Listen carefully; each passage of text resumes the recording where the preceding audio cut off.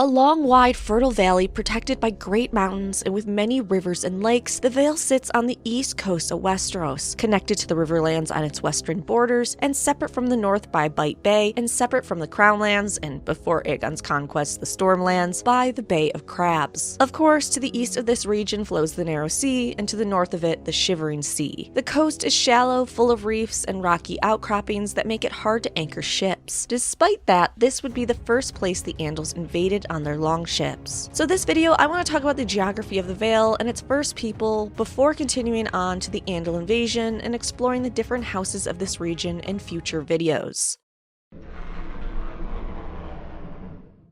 The Vale is known for its harsh winters, and besides its mostly impassable mountains, this makes it a dangerous and hard place to travel through. Most people only traveled through the Vale during warmer years. The most common route through this region is the High Road, that is protected by the Bloody Gate, though there is also a pass in the north where the mountains split to rolling hills called the Longbow Hall. Its valleys hold rich black soil, and its fertile soil is fantastic for growing crops such as corn, pumpkins, fruit, and wheat. This soil is so good for growing that it's claimed the pumpkins grow larger and the fruit is sweeter than even the Reach. And the Reach is known for its bounty of food and called the breadbasket of the Seven Kingdoms, so that's saying something. This area also has one or more rocky quarries that produces white stone for castle walls and has many rivers and hundreds of lakes teeming with fish. Now this region can be broken down by several regions within its land. First, the Three Sisters, which consist of 3 islands that sit in the Bight. These islands are named Sweet Sister, Long Sister,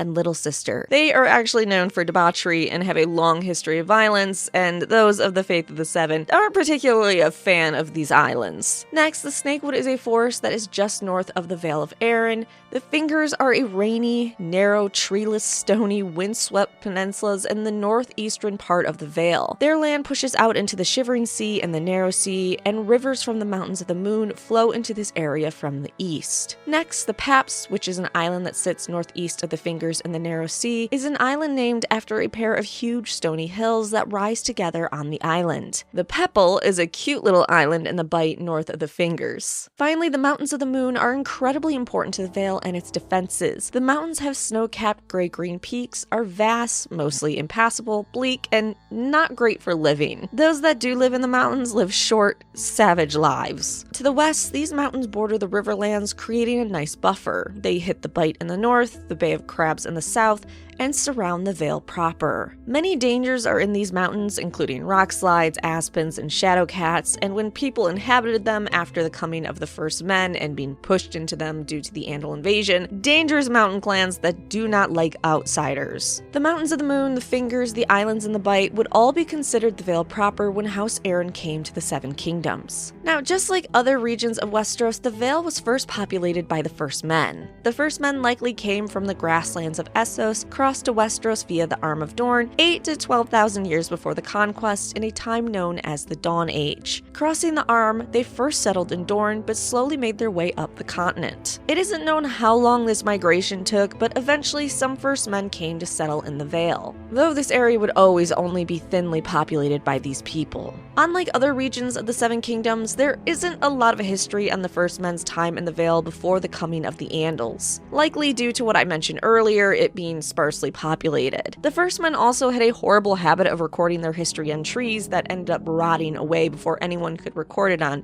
something better like stone or paper. We know about 20 petty First Men kings would settle this region, and oh boy did they hate each other, but that was typical of all regions with petty kings. However, these guys were a bit different in that they brought their hate to a whole new level and became a warning to the rest of the realm, as we'll see in the Andal section. Like most First Men, their weapons consisted of bronze axes and armor of bronze scales. Some of the First Men Vale kings we know of are because they're mentioned to be ruling when the Andals invaded. 2 kings of the Fingers who ruled at the same time are Tywin Shell and Jon Brightstone. There's also Osgood Sheet III, so we can extrapolate there were 2 previous Osgood Sheet kings that ruled the harbor town of Gulltown on the Bay of Crabs. Osgood was a warrior that claimed the title of King of the True Men, a title that went back 10,000 years to the Dawn Age by the time of the Andal invasion. how she guarded Gull Town with its thick stone walls and loved waging war on the Bronze Kings of Runestone. The Bronze Kings wore the runic crown and are the ancestors of modern-day House Royce. The Bronze King, when the Andals invaded, was King Iorek VI.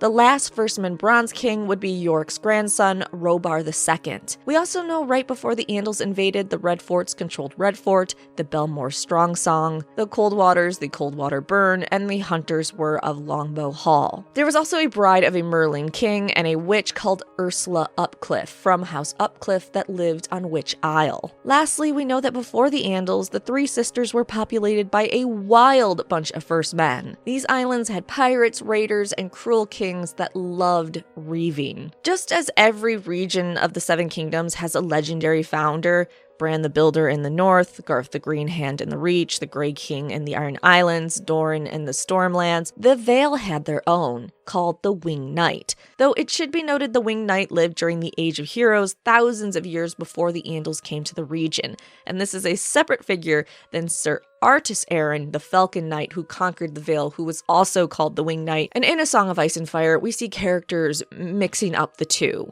According to legend, the First Men's legendary Winged Knight commanded an army of eagles and rode on a huge falcon. He took one of the children of the Forest for a wife, but she died birthing him a son, and was known to be friends of Merlins and giants. Impressive, as both don't have the best reputations. According to stories and songs, the Winged Knight won the Vale by killing the Griffin King atop the giant's lance. It's unknown if the Griffin King commanded griffins, but I'm sure in one of the hundreds of stories about this battle, one includes him commanding griffins that fought the Winged Knight's eagles while the two men dueled in an epic battle. Like I said before, the Winged Knight's legend would be combined with the first Andal Arryn king, but that is a future discussion. We also know that the First Men created the original Bloody Gate, though it was a pale thing to what the Andals built later after they invaded. The First Men's version of the Bloody Gate, first created, was a rough-hewn, unmortared wall built like the typical ring forts of the First Men. While this wall wasn't super impressive, it was good enough to hold out against the dozen armies that smashed themselves bloody against it trying to invade. This includes the one-time king of the Isles and Rivers,